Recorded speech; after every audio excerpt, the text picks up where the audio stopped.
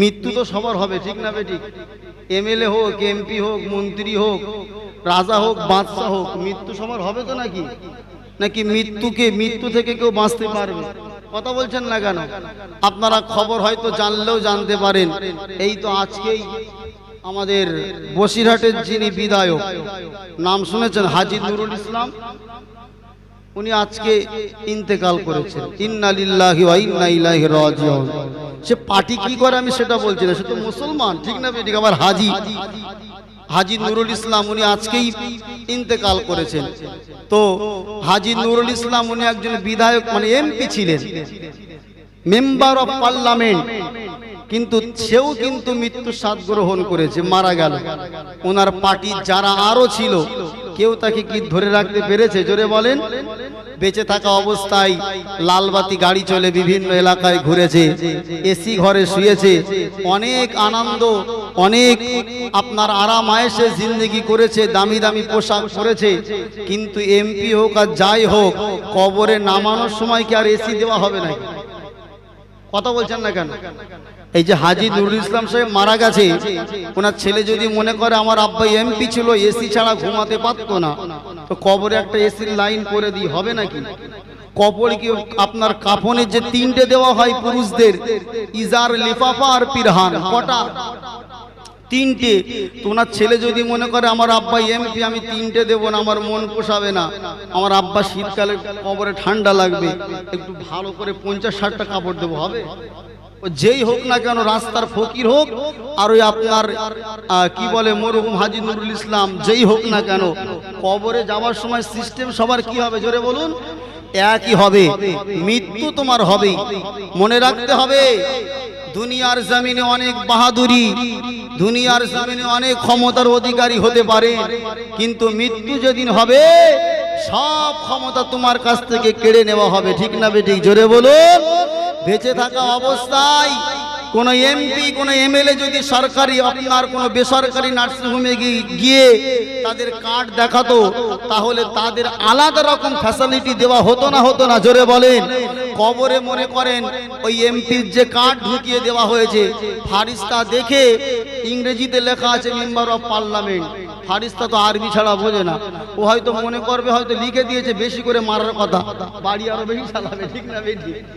কথা বলছেন না কেন? তাহলে আপনার দুনিয়ায় যে ডিগ্রি আছে, দুনিয়ায় যত ডিগ্রি আছে, আপনি এমএলএ, প্রধানমন্ত্রী, মেম্বার, এমপি, হাফেজ, মাওলানা, কারি, মুফতি, মুহাদ্দিস, মুবাল্লিগ, মুফাসসির, মুহাদ্দিস, এসব আপনার গায়ে লেখা থাকবে। জোরে বলুন। কথা বলছেন না কেন?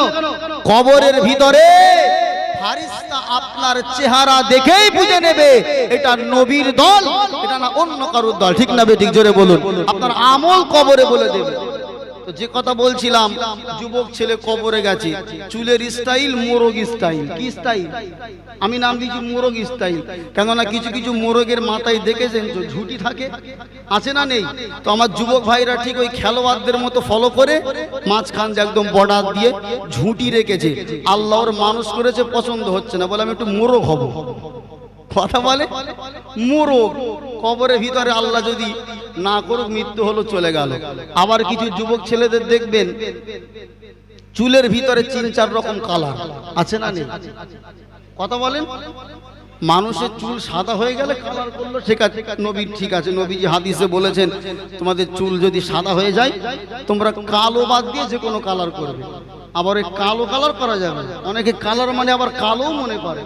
70 বছর বয়স হয়ে গেছে, আবার একটা বিয়ে করার জন্য কালো করে বিয়ে দেখতে গেছে। এখন মানুষ ধোঁকা খাবে না? খাবে না? জোরে বলেন। কালো চুল হলে ধোঁকা খাবে না? খাবে না?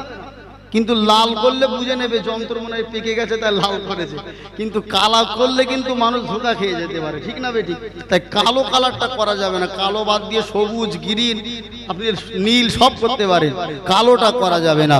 তো ভাই আমার যুবক ভাইদের চুলের কালার 3-4 রকম। আর এই যে চুল, এমন স্টাইলের চুল, আমি বলি কুকুর যদি কথা বলতে পারতো, ও বলতো ভাই তোর পায়ে পড়ে বলছি তুই চুল কেটে আয়, পয়সা যদি লাগে আমি জোগাড় করে এনে দিচ্ছি, কিন্তু এই স্টাইলের চুল কাটিস না। আছে না নেই সমাজে? কেউ কেউ আবার দেখেছি জানুয়ারি মাস যখন আসে, ওই জানুয়ারি মাসে এখানে লিখে রাখে চুলের ভিতরে হ্যাপি নিউ ইয়ার। হুজুর আপনি কোথায় পান? এখন আর দেখার জন্য কলকাতা, মুম্বাই, দিল্লি ঘুরে বেড়ানোর প্রয়োজন হয় না। এখন তো মুম্বাই, দিল্লি, গুজরাট, সুরাট সব কিছু হচ্ছে ফেসবুক শরীফ, ঠিক না বেঠিক? জোরে বলে, কথা বলছেন না কেন? ফেসবুক হচ্ছে সব কিছু। সেই গুজরাটে কি করেছে? ফেসবুকে একটা স্ট্যাটাস দিল। এখন ফেসবুক, ইউটিউব আমাদের হুজুরদের হাতে আছে না নেই? কথা বলছেন না কেন? নাকি হুজুরদের বাদ দিয়ে ওরা ফেসবুকে আপলোড দেয়? হুজুররাও তো দেখে নাকি? কথা বলছেন না কেন ভাই আমার? তাহলে সেখানে স্ট্যাটাস দিয়েছে, চুলের মধ্যে লিখেছে হ্যাপি নিউ ইয়ার।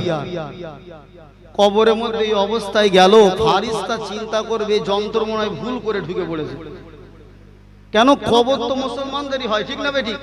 কারণ কবরের ভিতরে যদি এই রকম হয়, তাহলে যুগ চলছে মুহাম্মদুর রাসূলুল্লাহর যুগ।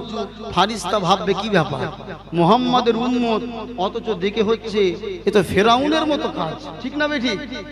ফারিস্তাও দ্বিধা দ্বন্দ্বে ভুগবে ভাই আমার। তাই আপনাদেরকে হাতে না ধরে পায়ে ধরে বলছি, যদি উম্মতি মুহাম্মাদি হন, আশিকে রাসূল হন, তাহলে রাসূলুল্লাহর মতো সুন্নাত আমাদেরকে রাখতে হবে। আপনি চুল যদি মনে করেন লম্বা রাখবেন, আমার নবীও বাবড়ি চুল রাখতেন, কানের লতি পর্যন্ত আল্লাহ রসুল বাবরি চুল রাখতেন। কখনো নবী আবার কাঁধের কিছুটা ছোট নবীজি চুল রাখতেন, আর নয় চারিদিকে আল্লাহ নবী সমান করতেন।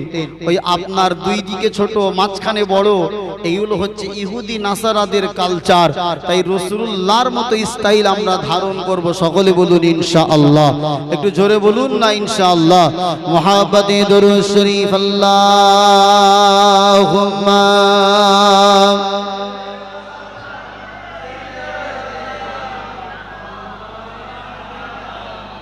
وعلى آل سيدنا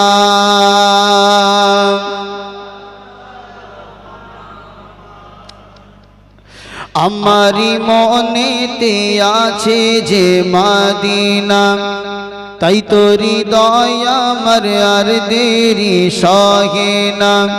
আমারি মনেতে আছে যে মদিনা, তাই তো হৃদয় আমার আর দেরি সহে না। মন যেতে চাই শুধু যেখানে আছে মধু, মন যেতে চাই শুধু যেখানে আছে মধু, রয়েছে কামলিওয়ালা। জোরে বলুন সুবহানাল্লাহ। আমারি মনেতে আছে যে মদিনা, তাই তো হৃদয় আমার আর দেরি সহে না। ও প্রভু আমাকে দাও না ডানায়, আমি ডানাতে ভর করে যাই মদিনা। ও প্রভু আমাকে দাও না ডানায়, আমি ডানাতে ভর করে যাই মদিনা। আমাকে যাও না নিয়ে তোমারি রহম দিয়ে, আমাকে যাও না নিয়ে তোমারি রহম দিয়ে, মন যে কিছুই বোঝে না। আমারি মনেতে আছে যে মদিনা, তাই তো হৃদয় আমার আর দেরি সহে না। যেখানে আছেন মোর দয়ার নবী, আমি এ হৃদয়ে এঁকেছি তারি ছবি। যেখানে আছেন মোর দয়ার নবী, আমি এ হৃদয়ে এঁকেছি তারি ছবি। তিনি যে সত্যের সকাল, তিনি মদিনার দুলাল, তিনি যে সত্যের সকাল, তিনি মদিনার দুলাল, সে হলো কাউসার ওয়ালা। আমারি মনেতে আছে যে মদিনা, তাই তো হৃদয় আমার আর দেরি সহে না। মন যেতে চাই শুধু যেখানে আছে মধু, মন যেতে চাই শুধু যেখানে আছে মধু, রয়েছে কমলিওয়ালা। আমারি মনেতে আছে যে মদিনা। আল্লাহুম্মা সাল্লি আলা।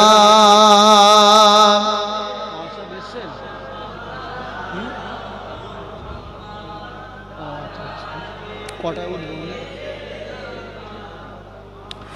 মাওলানা মুহাম্মদ। সকলে পড়ুন সাল্লাল্লাহু আলাইহি ওয়াসাল্লাম। তাহলে ভাই আমার, রাসূলুল্লাহকে ভালোবাসতে গেলে নবীর কি করতে হবে? সুন্নাত ভালোবাসতে হবে। নবীর সুন্নাত ভালোবাসতে হবে। নবীর সুন্নাত মানার ভিতর দিয়েই আমাদের জীবনের সফলতা আছে। একবার জোরে বলুন সুবহানাল্লাহ।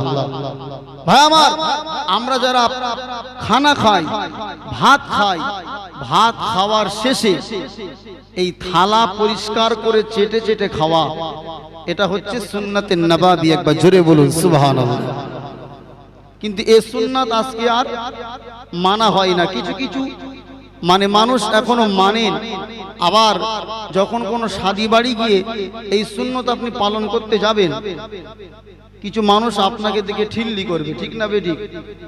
যে 2-3 বছর হয়তো শাদী বাড়ি খাওয়া হয়নি, ও আজকে সব স্বাদ মিটিয়ে নিচ্ছে, ঠিক না বেঠিক? কিন্তু এই সুন্নাতের ভিতরেই আমাদের কল্যাণ আছে। একবার জোরে বলুন সুবহানাল্লাহ। কিভাবে? আমাদের মায়ের বাড়িতে আমার মায়েরা রান্না করেন, ঠিক না বেঠিক? তরকারি রান্না করার পরে কড়া থেকে বা হাঁড়ি থেকে যখন কোনো পাত্রে রাখে, ওটাকে আপনারা কি বলেন? বেড়ে দেওয়া বলেন কি? মানে হাঁড়ি থেকে কড়া থেকে, হ্যাঁ, তুলে দেওয়া। আচ্ছা, আমাদের নদিয়ার ভাষায় বলা হয় ভাত বেড়ে দেওয়া বা তরকারি বেড়ে দেওয়া। আপনাদের এখানে তুলে দেওয়া, যা যেটা তুলে দেওয়াটাও হয়, কিন্তু স্পেশাল বেড়ে দেওয়া। তো মনে করেন, দেখবেন যখন এই মায়েরা তরকারি অথবা ভাত কোনো পাত্রে তুলে দেয়, সাধারণত হাত দিয়ে করে না, কোনো চামচ দিয়েই এটা তুলে দেয় এবং হাত দিতে নিষেধ করে। কারণটা কি? মায়েরা বলে যদি হাত দিয়ে তরকারিতে হাত দাও, ভাতে হাত দাও, তাহলে ভাতটা খারাপ হয়ে যাওয়ার সম্ভাবনা আছে, ঠিক না বেঠিক? তার মানে আমার আল্লাহ পাক রব্বুল আলামিন মানুষের যে আঙ্গুল দিয়েছেন, এই আঙ্গুলের ভিতরে আমার আল্লাহ এমন ক্ষমতা আল্লাহ দিয়েছেন, যেটা কোনো তরকারি ভাতের উপরে টাচ হলে, স্পর্শ হলে সেই জিনিসটা তাড়াতাড়ি খারাপ হয়ে যাওয়ার সম্ভাবনা, জোরে বলেন, আছে। ঠিক তেমনই ভাবে, কেন এই আঙ্গুলের ভিতর থেকে আল্লাহ একরকম একটা নালা তৈরি করে, একটা লাল তৈরি হয়। আপনার খানা খাওয়ার পরে আপনি যখন এই আঙ্গুলগুলোকে চুষে চুষে খাবেন, আপনার গালের ভিতরে আঙ্গুল থেকে আর গালের ভিতরে একটা রস তৈরি হবে। সেই রসটা পেটের ভিতরে গেলে ওই খাদ্যটা তাড়াতাড়ি পেটের ভিতরে হজম হয়ে যায়, আর পেটের কোনো গন্ডগোল সহজে দেখা যায় না। একবার জোরে বলেন সুবহানাল্লাহ। রাসূলুল্লাহ সুন্নাতের বাস্তব প্রমাণ। আল্লাহ নবী সাল্লাল্লাহু আলাইহি ওয়াসাল্লাম তিনি আরো বলেছেন যে তোমরা যখন খানা খাবে, তোমাদের পেটটাকে 3টে ভাগ করবে। কয় ভাগ? 3 ভাগ। এটা নবীর কথা। আল্লাহ নবী, নূর নবী, দয়ার নবী আমার হাদিস পাকে ভিতরে বললেন, ও আমার সাহাবারা, ও আমার উম্মাতানিরা, তোমরা খাদ্য গ্রহণ করবার সময় তোমাদের পেটটাকে 3টে ভাগে ভাগ করবে। একটা ভাগ তোমাদের খাদ্য, আর একটা ভাগ পানি, আর একটা ভাগ তোমরা অটোমেটিক ফাঁকা রাখবে। অর্থাৎ সামনে খানা পেলে, ভালো মন্দ খেলে, ভালো মন্দ দেখলেই এমন খাওয়া খেয়েছে আর বাড়িতে যাওয়ার ক্ষমতা নাই। আছে না নেই? জোরে বলেন। মাঝে মাঝে দেখবেন একটা দুটো চাচা চায়ের দোকানে বসে গল্প করে যে আমি 100 পিস মিষ্টি মোটামুটি খেয়ে নিতে পারি। অনেকে গল্প করে। আর এরকম খানেওয়ালা লোক আছে না নেই? জোরে বলেন। আছে। 100 পিস খাওয়া দাওয়ার পরও মিষ্টি খেয়ে নেবে, এরকম লোক আছে। তো একটা লোক বলছে আমি মোটামুটি 2-2.5 কেজি গোশত খেতে পারি। তা জিজ্ঞাসা করছে, বাপ 100 পিস তো খেতে পারবে, কোনোদিন কিনে খেয়েছো? বলে ওই কাঁচা কাজ করি নাকি, যখন খানা বাড়ি যাই তখন চেষ্টা করি, ট্রাই করি, কিনে কখনো 100 পিস মারবে না, ঠিক না বেটি করে বলে। যারা 500-1 কেজি গোশত খেতে পারে, 1.5 কেজি খেতে পারে, বাড়ির জন্য কিন্তু 1 কেজি গোশত কিনে, তখন ফ্যামিলির 5 জনের হয়। আর খানা বাড়ি গেলে 1 আর 1.5 কেজি এইরকম বড় বড় হাড়ের সঙ্গে গোশত আছে, গালে দিয়ে একটু ভালো লাগলে না ফেলে দিল 200 গ্রাম গোশ ফেলে দেয় না আর বাড়ি হলে হাড় চিবিয়ে খাবে, কুকুর পর্যন্ত হাড় পাবে না, ঠিক না বেটি জোরে বলেন। আর দাওয়াত বাড়ি গেলে গোশ থাকা অবস্থায় দেখবেন বাদ দিয়ে দিচ্ছে, আছে না নেই? এটা অপচয়। আপনি বাড়িতে যদি আপনার জিনিসটাকে মহাব্বত করে খান, তাহলে অপরের বাড়িতে গেলেও তারও তো পয়সা খরচ হয়েছে, ঠিক না বেঠিক?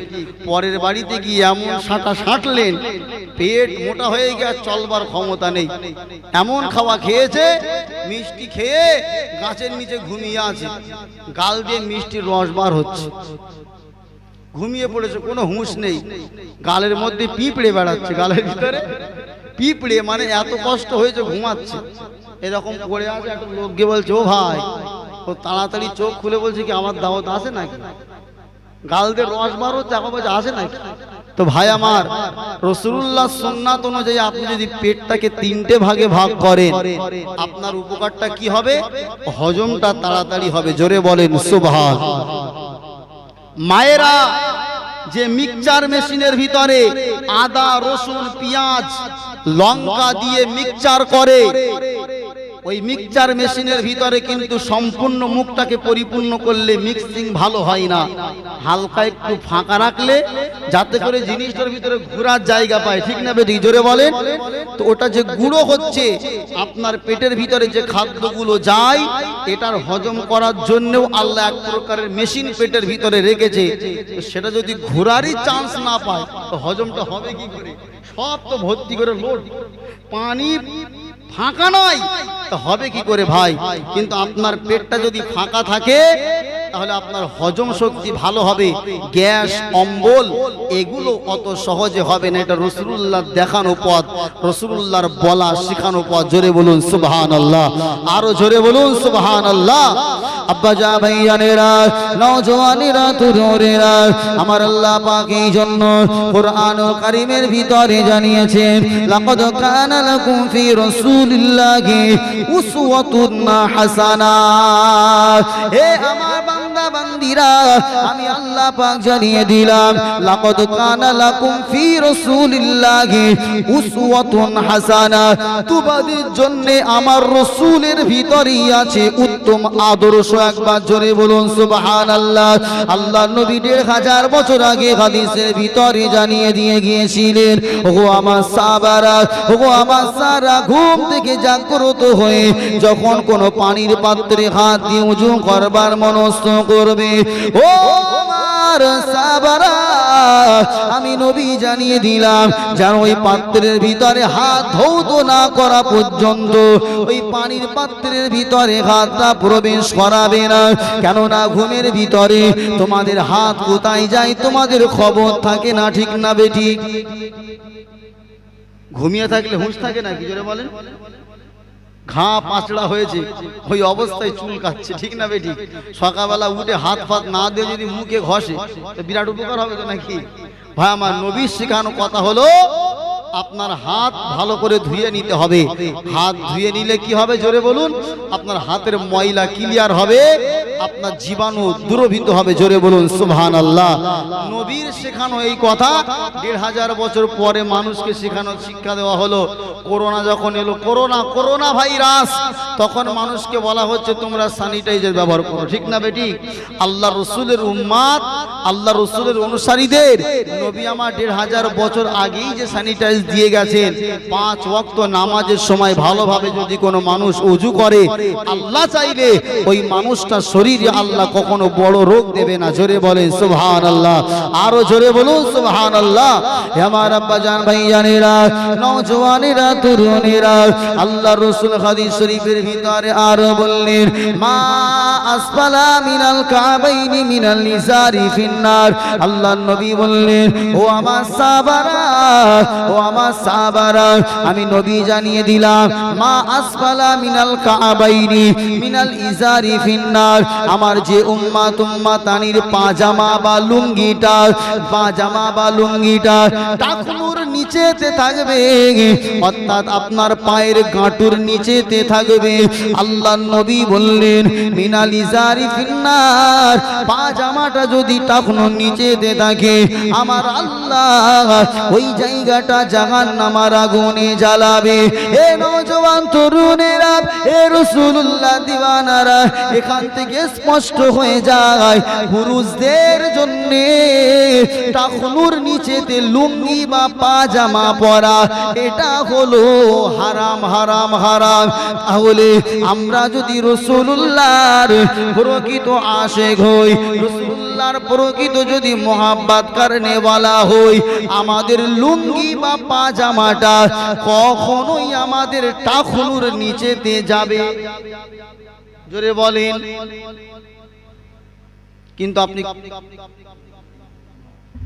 কিন্তু আপনি বলেন আপনাদের গ্রামে এমন লোক কি নেই লুঙ্গি পরার সময় পুরো মাটি ঘিঁচড়ে যাচ্ছে? আছে না নেই? যেন গোটা গ্রামে ঝাড়ু দেওয়ার টেন্ডার দেওয়া হয়েছে, ঠিক না বেঠিক? যদি টাকনুর নিচে কেউ লুঙ্গি পরে, পাজামা পরে, প্যান্ট পরে, এটা হচ্ছে সরাসরি হারাম। আপনি বলবেন আল্লাহ পাক রব্বুল আলামিনের হাবিব পুরুষদের জন্য টাকনুর নিচে পাজামা, লুঙ্গি, প্যান্ট পরাটা কেন নিষেধ করে গেছেন? এর লজিকটা হলো আল্লাহর নবীর এই হাদিসটা যখন পরে এসে গবেষণা করা হলো, দেখা গেল পুরুষের টাকনুর ভিতরে আল্লাহ অসংখ্য হরমোন আল্লাহ রেখেছেন। সেই হরমোনটা জিন্দা থাকার জন্য, সতেজ থাকবার জন্য ওই জায়গাতে আলো, বাতাস, সূর্যের তাপ এগুলোর প্রয়োজন হয়।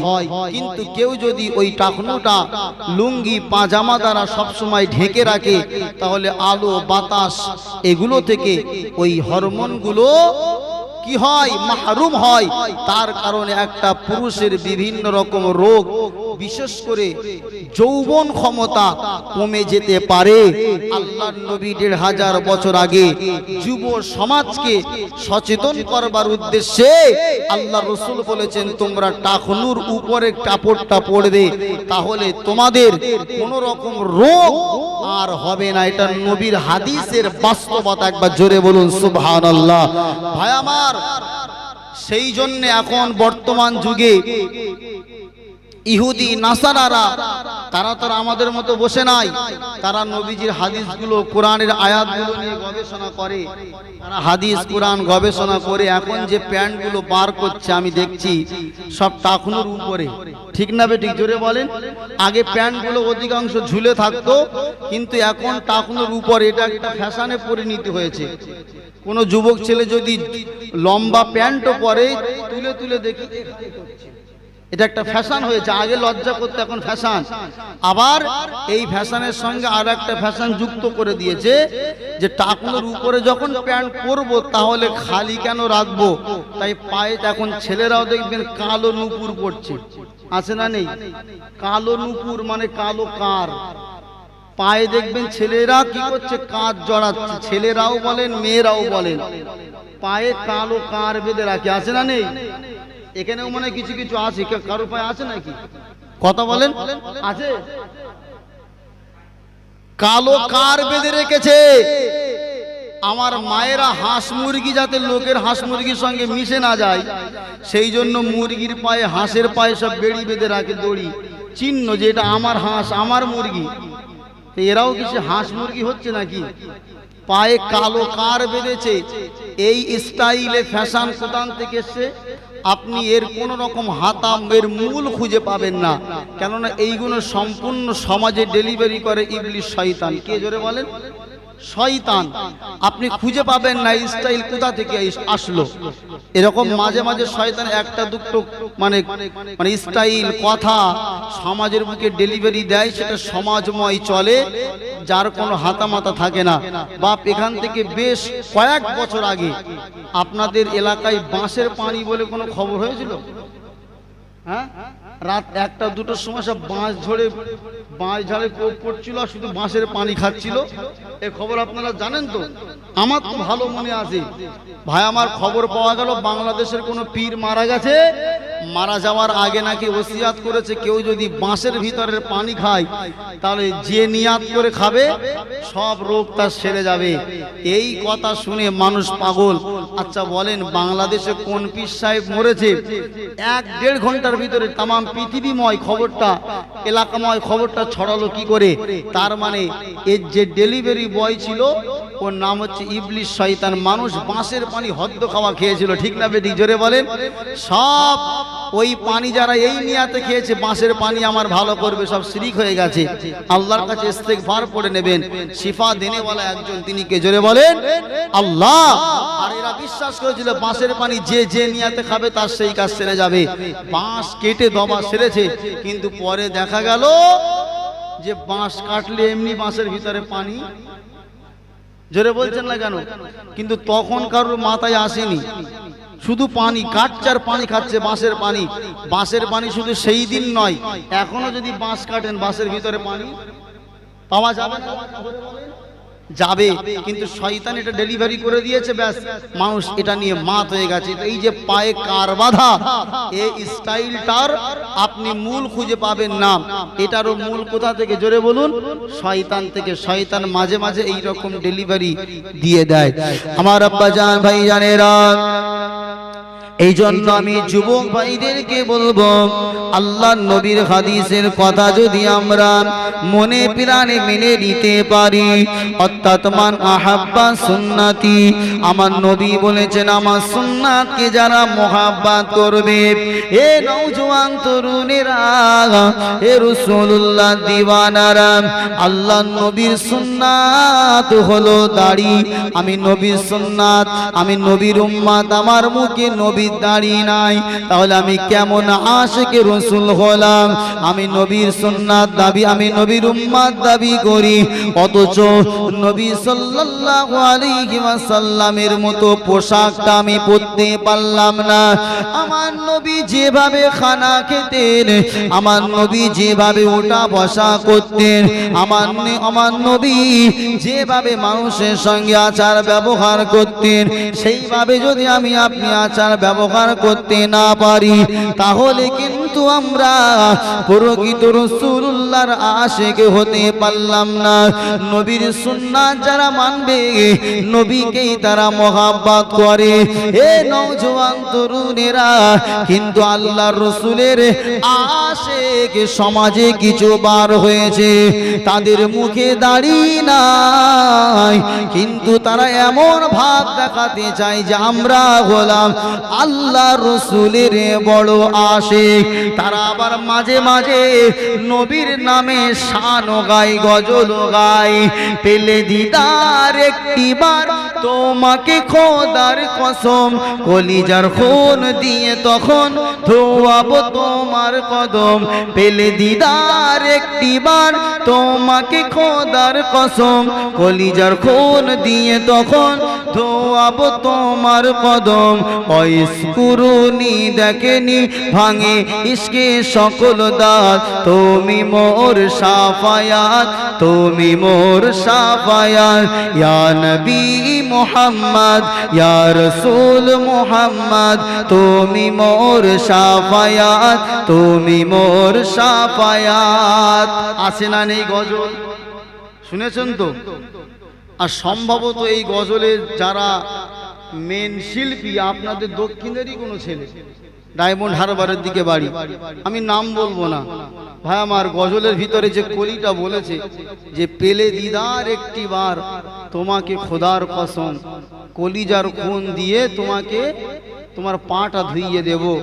গজল যখন গাইছে, মুখে দেখি দাড়ি নাই, আমি চিন্তা করলাম হাই রে, যারা কলিজার খুন দিয়ে নবীর পা ধোয়াতে চায় অথচ তার মুখে কি নাই। আমি ওকে বলবো ভাই, বুকের রক্ত দিয়ে নবীর পা না ধুইয়ে দিয়ে আগে নবীর সুন্নাতটা মুখে ধারণ করো, নবীজির পা এমনিতেই ধোয়ানো হয়ে যাবে, ঠিক না বেঠিক? জোরে বলে ভাই আমার। তাহলে রাসূলুল্লাহর মহাব্বত শুধু মুখে প্রকাশ নয়, বাস্তবে কাজে করে দেখাতে হয়। তাই আমরা যারা রাসূলুল্লাহর মহব্বতে আজকে এখানে বসেছি, আমরা নবীকে শুধু মুখে নয়, আমরা রাসূলুল্লাহর জীবন আদর্শ থেকে রাসূলুল্লাহর সুন্নাতগুলো আমাদের ভিতরে নেব। একবার জোরে বলুন ইনশাআল্লাহ, সকলে বলুন ইনশাআল্লাহ। আপনারা রাজি আছেন তো সকলে? এই জোরে বলেন, রাজি আছেন তো? তাহলে নবীর মহব্বত, নবীর প্রেম, আল্লাহ রসুলের ইশক সাহাবাদের ভিতরে কম ছিল না। কিন্তু সাহাবারা যেমন নবীকে মহব্বত করতেন, প্যার করতেন, নবীর জন্য তারা জানকেও কুরবান করে দেওয়ার জন্য প্রস্তুত ছিলেন। জোরে বলুন সুবহানাল্লাহ। ভাই আমার, আলোচনা লম্বা নয়, আপনাদের চির আকাঙ্ক্ষিত বক্তা আমার জনাব বড় ভাই মাওলানা হিজবুল্লাহ আকন্জি সাহেব, তিনি এসে গেছেন। আমি আলোচনা আর লম্বা করব না। আপনারা খুশি না বেজার? একটু জোরে বলে, কারা কারা খুশি? একটু তাকবীর দেন, নারায়ে তাকবীর।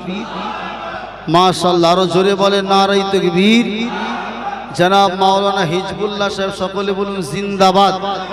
জনাব মাওলানা হিজবুল্লাহ সাহেব, সকলে বলুন জিন্দাবাদ, নারায়ে তাকবীর। আপনাদের নসিবটা খুবই ভালো, কেননা এই দুর্যোগের ভিতর দিয়ে হুজুর এসেছেন। আমাদের বাড়ি নদিয়া ডিস্ট্রিক্টে, হুজুরের বাড়ি 24 পরগনা।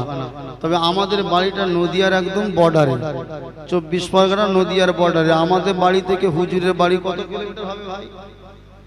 হ্যাঁ, 17-18 কিলোমিটার। মানে আমাদের নদিয়ায় বাড়ি, হুজুরের 24 পরগনায়। কিন্তু হলেও আমাদের বাড়ির থেকে হুজুরের বাড়ির দূরত্ব খুব জোরে 15, 16, 17 কিলোমিটারের ভিতরে। আমার বাড়ি এখান থেকে 107 কিলোমিটার রাস্তা, একদম ম্যাপ। এখান থেকেই ম্যাপ ধরে 107 কিলোমিটার। তাহলে এই দুর্যোগের ভিতরে কষ্ট করে 107 কিলোমিটার কষ্ট করে এসেছি। হুজুরেরও কম বেশি মনে করেন তাও প্রায় 100-র কাছাকাছি। তাহলে আলহামদুলিল্লাহ, আপনাদের আমন্ত্রিত দুটো বক্তাই আমরা উপস্থিত এসে গেছি আলহামদুলিল্লাহ। আপনারা সব প্রত্যেকেই আমার জন্য দোয়া করবেন। আমার ভাই এসে গেছেন, আমি আলোচনা লম্বা করব না। আল্লাহ পাক আমাকে যা বলিয়ে নিয়েছেন, আল্লাহ বলা এবং শোনার থেকে আমল করা তৌফিক দান করেন। সকলে বলি আল্লাহুম্মা আমিন। একটু জোরে বলুন না আল্লাহুম্মা আমিন। ওমা আলাইনা ইল্লাল বালাগ ওয়া আখিরু দাওয়ানা আনিল হামদুলিল্লাহি রাব্বিল আলামিন। আসসালাম।